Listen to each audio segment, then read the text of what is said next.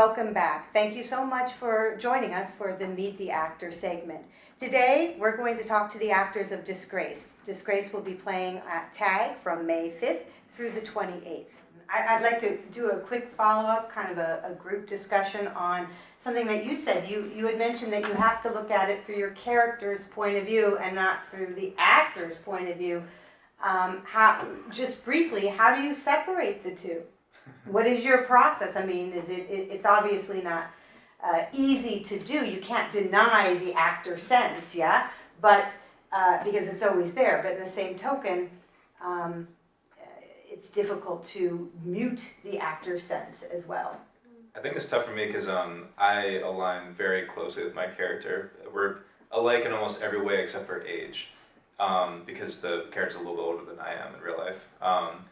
But when I first read the play, I kind of naturally read it from his perspective because that's the character I kind of align with closely.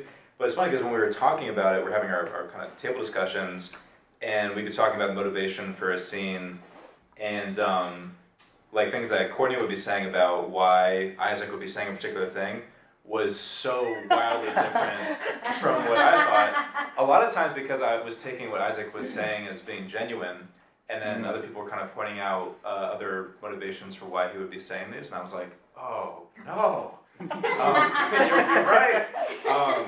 So, yeah, because I was like naturally sympathetic. So, yeah, for me, the line between actor and character was initially very blurry, but now that we've analyzed the show a little bit more, it's becoming a little bit more clear, and that comes from seeing where Isaac is making mistakes. And where I can see like what he's doing that's problematic that he might not be aware of. Mm-hmm. That's one of the tough things about this script is, there's no obvious good guy and bad guy. Mm-hmm. Everybody is partly a good guy and partly a bad guy. Yeah. And figuring out when and where the shifts happen is a real interesting process. It's like literally no good person, no like entirely good person. Mm-hmm. Everyone Has a little evil. Yeah. Well, those are the best kind of plays, I think, because that's closer to real life. And that's a fact of life. I don't think I've ever met anybody who was truly a horrible person, There's always something you can, and vice versa, Yeah. Anybody else want to comment on this dichotomy between the actor looking at the role and then having to step into that character's point of view, and how they sometimes clash? Yeah, for me, same as the two of you, especially when you're not just sitting down to read a script, you're sitting down to read the script with intentions of auditioning, you find the role that fits you, right? So you read it as these two did, with sort of imagining myself as Emily. And I think, a lot of it is you find those qualities that make you like her.